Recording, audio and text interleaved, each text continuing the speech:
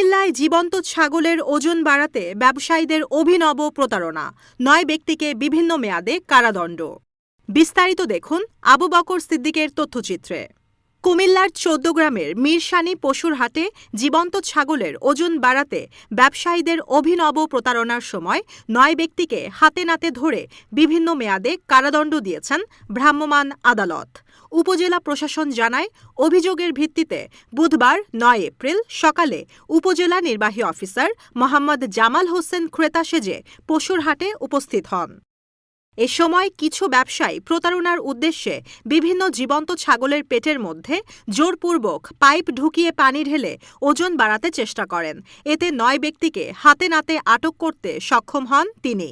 এ সময় ছাগলের পেটে পানি ঢোকানোর সরঞ্জাম সহ অন্তত ৬৮টি ছাগল জব্দ করা হয়। কিছু অসাধু ছাগল ব্যবসায়ী বাজারের ঠিক পেছনের একটি নির্জন স্থানে গিয়ে প্রতারণার উদ্দেশ্যে জীবন্ত ছাগলের মুখে পাইপ দিয়ে বিশেষ কায়দায় পানি ঢুকিয়ে ওজন বাড়ায়। ক্রেতারা পশু পরিপুষ্ট ও সুস্থ মনে করলেও বাসায় গিয়ে বা কয়েকদিন পর সেগুলো মারা যায়, ফলে ক্রেতারা ব্যাপক ক্ষতির সম্মুখীন হন। এ বিষয়ে ১৪ গ্রাম উপজেলা নির্বাহী অফিসার ইউএনও মোহাম্মদ জামাল হোসেন বলেন, মিরসানি বাজারে এ ধরনের অনিয়মের বিষয়ে অনেক দিন ধরে অভিযোগ পাচ্ছিলাম। আজ নিজেই ক্রেতা সেজে বাজারে গিয়ে এ ঘটনার সাথে জড়িত ৯ জনকে হাতে নাতে আটক করি। পরে তাদের বিরুদ্ধে আইনগত ব্যবস্থা গ্রহণ করা হয়েছে। এ সময় ৬৮টি ছোট বড় খাসি জব্দ করা হয়।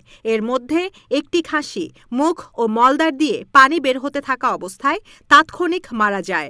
আর স্বাস্থ্য ঝুঁকি থাকায় বাকিগুলোকে উপজেলা প্রাণিসম্পদ কার্যালয়ের তত্ত্বাবধানে পেয়ার আহমেদ নামের এক ব্যক্তির নিজস্ব ব্যবস্থাপনায় স্বাস্থ্যসেবা নিশ্চিতের লক্ষ্যে ও পালনের শর্তে আদালতের আদেশ অনুযায়ী জিম্মায় দেওয়া হয়েছে। অন্যদিকে এ ঘটনায় মোবাইল কোর্ট আইন ২০০৯ অনুযায়ী আটককৃত ৯ ব্যক্তির মধ্যে ৪ জনকে ১ মাসের কারাদণ্ড এবং ৫ জনকে ৭ দিনের কারাদণ্ড প্রদান করা হয়। আসন্ন পবিত্র ঈদুল আজহা উপলক্ষে উপজেলা প্রশাসনের এই অভিযান চলমান থাকবে বলেও জানান এই কর্মকর্তা।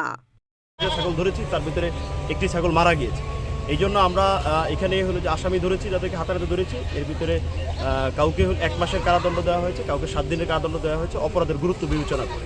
তো এটা আসন্ন যে আমাদের যে সামনে যে ঈদের যে রয়েছে, কোরবানি ঈদ রয়েছে, সেটাও আমি মনে করছি যে এটা পরবর্তীতে যারা অপরাধ করবেন বা এই ধরনের চিন্তা করছেন তাদের জন্য একটা মেসেজ যাবে। আমরা উপজেলা প্রশাসন এবং প্রাণী সম্পদ যে উপজেলা প্রাণী সম্পদ যে অফিস রয়েছে, আমরা একযোগে এই কাজটি করছি। আপনারা দেখেছেন এবং এই যে অভিযান এটা অব্যাহত থাকবে, জনকল্যাণে এটি অব্যাহত থাকবে।